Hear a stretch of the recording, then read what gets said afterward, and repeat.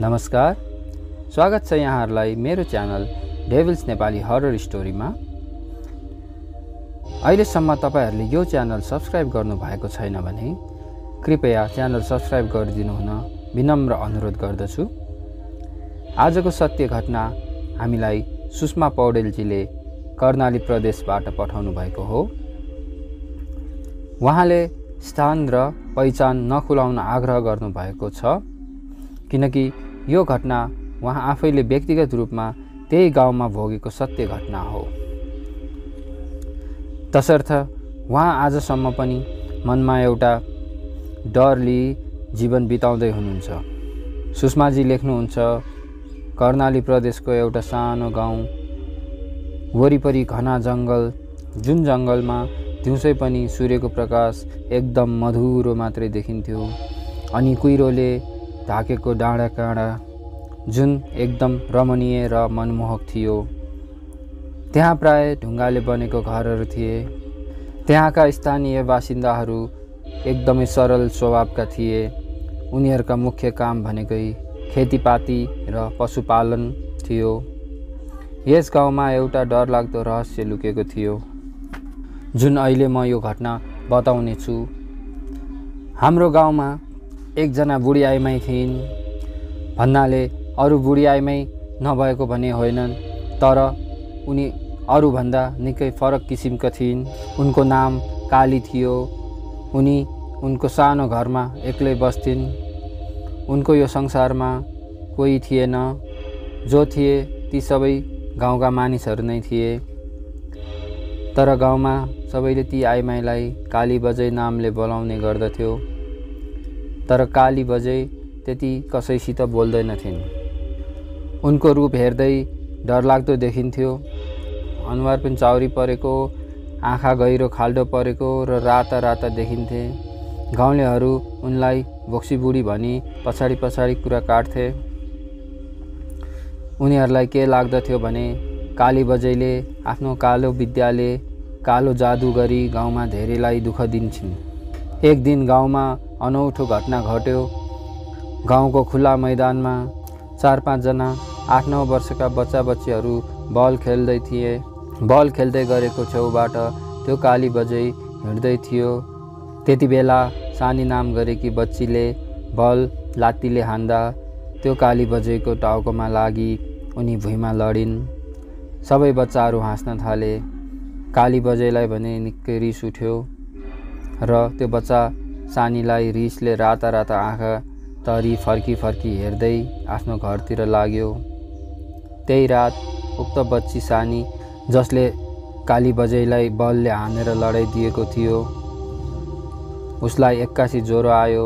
हात खुट्टा छाम्दा चिसो, तर निधार भने आगो जस्तै तातो न तातो।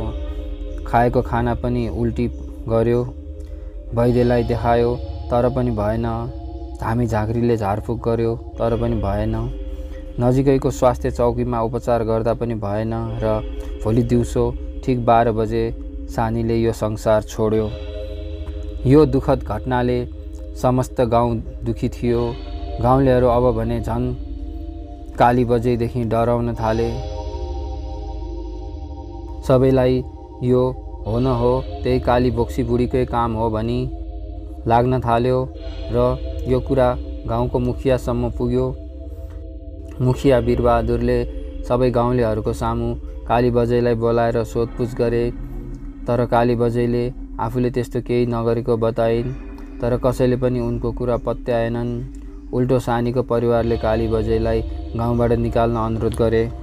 उनीहरूले भने यसलाई यो गाउँमा राख्ने हो भने यहाँ सबैलाई भोलि निकै ठुल्ठुला आपद आउने भनी मुखियालाई भने। सबै गाउँलेहरूले पनि सानीको परिवारलाई समर्थन गरे। मुखिया लगायत गाउँलेहरू मिली काली बजैलाई गाउँबाट निकाल्ने निर्णय गरे र त्यसै रात कालीलाई गाउँबाट निकालियो। उनी निकै रोइन्, निकै कराइन्, गुहार मागिन्, बिन्ती गरिन्, तर कसैले पनि उनको कुरा सुन्न चाहेनन्। काली बजै रुँदै रुँदै जङ्गलतिर गइन्। गाउँलेहरू आफ्नो आँखाले भ्याएसम्म हेर्यो र हेर्दा हेर्दै काली बजै अँध्यारोमै हराइन्। काली बजै गाउँबाट गएको 2-4 दिन त गाउँमा सबै सामान्य भयो र 5औं दिन पनि ठिकै बित्यो। तर अचानक 6औं दिनदेखि भने गाउँमा डरलाग्दा घटनाहरू घट्न थाले।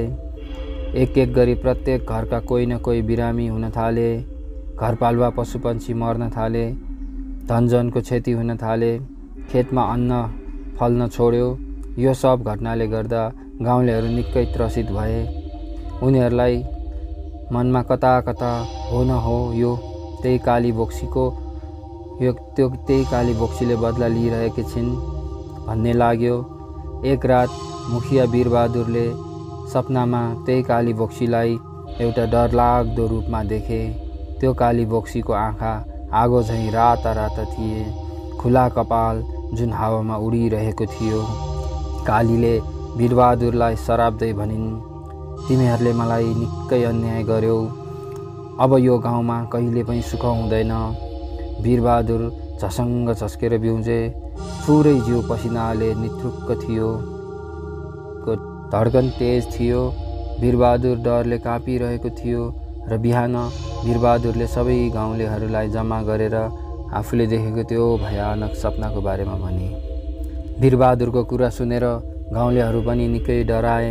अब के आजीवन डरमा बाँच्नुपर्ने भयो भनी आफूहरूले त्यो काली बजैलाई गाउँबाट निकाली ठुलो गल्ती गरेको महसुस गर्यो र आफ्नो भुल सुधार गर्न कालीलाई खोज्ने निर्णय गर्यो।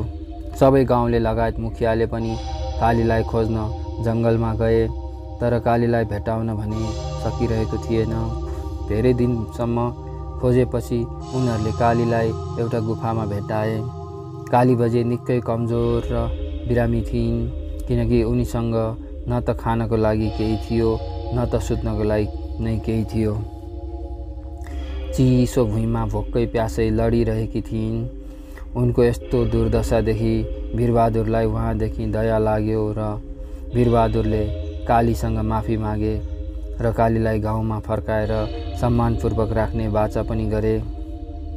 त्यो सुनेर काली बजैले सबैलाई माफ गरिदिए र उनी गाउँमा फर्किन्। अब भने गाउँको अवस्था बिस्तारै सुध्रिन थाल्यो। अब गाउँमा बिरामी भएका मानिसहरू स्वस्थ हुन थाले। पशुहरू पनि अनायासै मर्न छोडे। अन्नबालीहरू पनि राम्ररी फल्न थाले। अब गाउँलेहरूले काली बजैलाई बोक्सी होइन देवी मानेर पूजा गर्न थाले र ठिक 1 वर्षपछि भने काली बजैको मृत्यु भयो र सम्पूर्ण काजक्रिया विधिपूर्वक गाउँलेहरूले गरी उहाँको अन्तिम संस्कार गरी सबै आफ्नो घर फर्के। आज पनि गाउँका त्यो जङ्गलमा काली बजैको छाया घुमिरहेको धेरै गाउँलेहरूले देखेको, तर केही हानि नोक्सानी नगरेको भनिन्छ।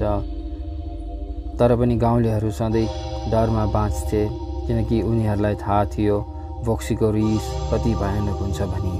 तपाईहरूलाई यो कथा कस्तो लाग्यो?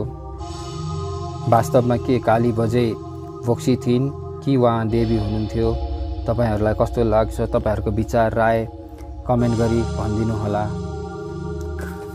अब लागौँ दोस्रो घटनातर्फ। यो घटना हामीलाई रोशन प्रधानजीले कीर्तिपुरबाट पठाउनु भएको सत्य घटना हो। यो घटना आजभन्दा 25 वर्ष अगाडि उहाँ आफैसँग घटेको थियो। अहिले त उहाँको उमेर 48 वर्ष भइसकेको छ। त्यतिखेर उहाँ 22-23 वर्षको हुनुहुन्थ्यो र त्यति बेला काठमाडौँ पनि कहाँ अहिले जस्तो भिडभाड, गाडी सवारी साधनको चाप, प्रदूषण त्यस्तो केही थिएन। चारैतिर पहाड, हरियाली, खोला नदी नाला, खेतै खेत, स्वच्छ वातावरण, स्वर्ग जस्तो थियो काठमाडौँ। गर्मी महिनामा प्राय खोलातिर पौडी खेल्ने, माछा मार्ने जस्ता काम गरी दिन बिताइन्थ्यो। तर त्यहाँ यस्तो एउटा खोला पनि थियो जहाँ दिउँसै पनि डरलाग्दो महसुस हुन्थ्यो।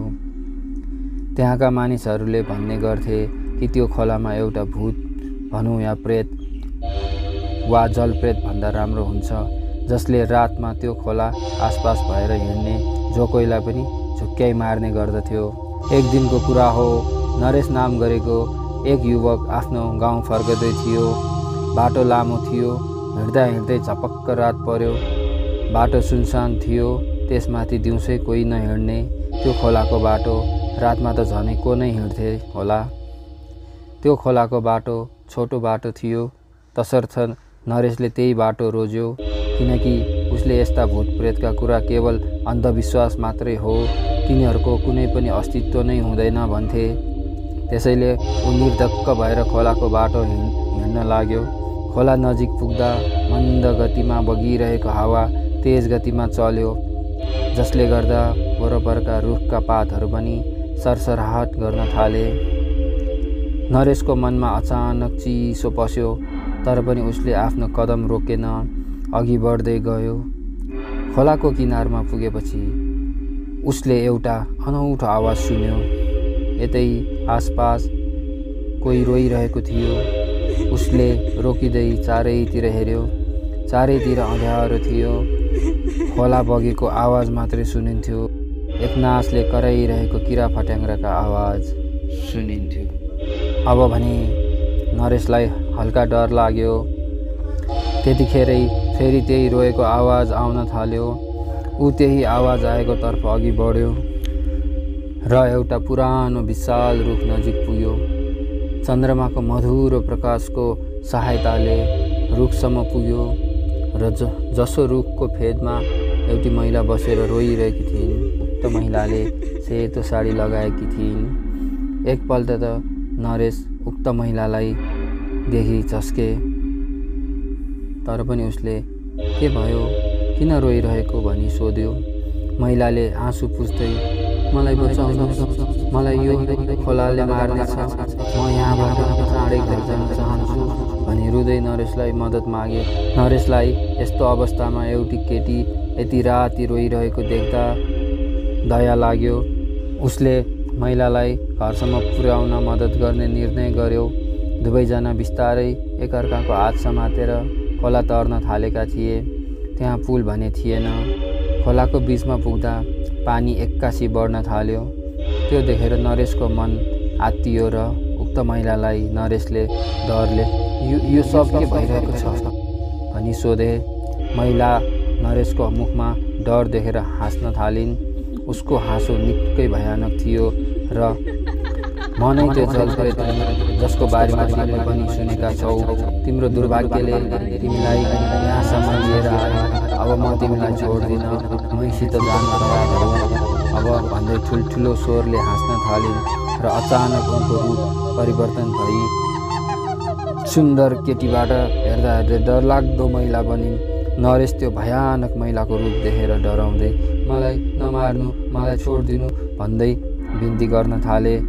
म तिमीलाई आज छोड्दिन, आऊ हिँड मैसित। तर त्यो जलप्रेतले म तिमीलाई आज छोड्दिन, आऊ हिँड मैसित जाउँ भन्दै झन् गहिरो पानीतिर तान्न थाल्यो। नरेशले लौ आज त मर्ने पक्का छ भन्दै जे जस्तो नास्तिक भए तापनि मृत्यु नजिकदेखि त भगवान नै याद आउने रहेछ भन्दै आफ्नो कुलदेवता सम्झन थाल्यो र मनमा नै, हे कुलदेवता मेरो रक्षा गर, यो जलप्रेतले मार्ने भयो, बचाऊ, रक्षा गर। हे कुलदेवता घर पुगेर म धूप बत्ती गर्ने वाचा गरे भन्दै नरेश मनमा नै बडबडाउन थाल्यो र नरेशमा खोइ कताबाट शक्ति आयो। त्यो जलप्रेतको हात फुत्काई त्यसलाई परतिर धकेलेर पौडी खेल्दै खोला तर्यो। दौडदै मनमा नै जय कुलदेवता भन्दै हस्याङ फस्याङ गर्दै गाउँमा पुग्यो र सबैलाई आफूसँग घटेको घटना सुनाए र तिनीहरू सबै मिलेर त्यो खोलाको प्रेतको सामना गर्ने योजना बनाए। भोलिपल्ट गाउँका मानिसहरू भेला भई 10-12 जना बलिया युवाहरू घरेलु हात हतियार लिएर साँझतिर खोलाको किनारमा गए। उनीहरू 3-3 जनाको समूह बनाई अलि परपर हिँडडुल गर्दै कोही देखिएला, केही आवाज सुनिएला भनी चनाखो भई यताउति गर्दै थियो। रातको त्यस्तै 9 बजेतिर केही आवाज आयो। सबैले त्यो आवाज सुन्यो र एकै ठाउँमा जम्मा भई आवाज आएको तर्फ अगाडि बढ्यो र उक्त महिला त्यही रुखमा रोइरहेको देख्यो। त्यो देख्ने बित्तिकै सबै युवाहरू मिलेर त्यो भूतलाई आक्रमण गर्न थाल्यो, तर तिनीहरूले गरेको प्रहार त्यो महिलाको शरीरको आरपार भयो, जसको कारण त्यो महिला एकदमै जोरले हाँस्न थाल्यो र उक्त महिलाले गरेको प्रहारले भने 3 जना युवकहरू घाइते भयो। तर पनि तिनीहरूले हार मानेनन्। तर जे जस्तो भए तापनि एउटा प्रेतलाई हामी मानिसले कदापि जित्न सक्दैनौँ। त्यसैले नरेशले पल्लो गाउँको एक झाँक्रीलाई त्यहाँ लिएर आयो र झाँक्रीले करिब 1 घण्टा जस्तो भयङ्कर लडाइँ पश्चात आफ्नो शक्तिले त्यो प्रेतलाई बाँधेर आफूसँगै लगेर गयो। त्यो दिनदेखि अँध्यारो खोला शान्त भयो। अब भने गाउँका मानिसहरू निर्धक्क बिना डर खोला पार गर्न थाले। यसरी त्यो अँध्यारो खोलाको रहस्य सदाको लागि साम्य पारी नरेश आफ्नो काम सकाई अब फेरि सहरतिरै फर्क्यो र नरेश चाहिँ अहिले दुबईमा बसोबास गर्न थाल्नु भएको 5 वर्ष बितिसकेको छ। अहिले पनि उहाँलाई त्यो घटना सम्झँदा एक किसिमको डर अझै पनि उहाँको मनमा चाहिँ कुनै कुनामा लुकेर बसेको छ भन्ने कुरा प्रकट हुन्छ। हस्त मित्रहरू, भिडियो कस्तो लाग्यो कमेन्टमा भन्नुहोला र के कस्ता सुधार ल्याउनुपर्छ त्यसबारे पनि कमेन्ट गरिदिनु होला र च्यानल सब्स्क्राइब गरिदिनु होला, सक्दो लाइक गरिदिनु होला र सेयर गरिदिनु होला भन्न चाहन्छु। धन्यवाद।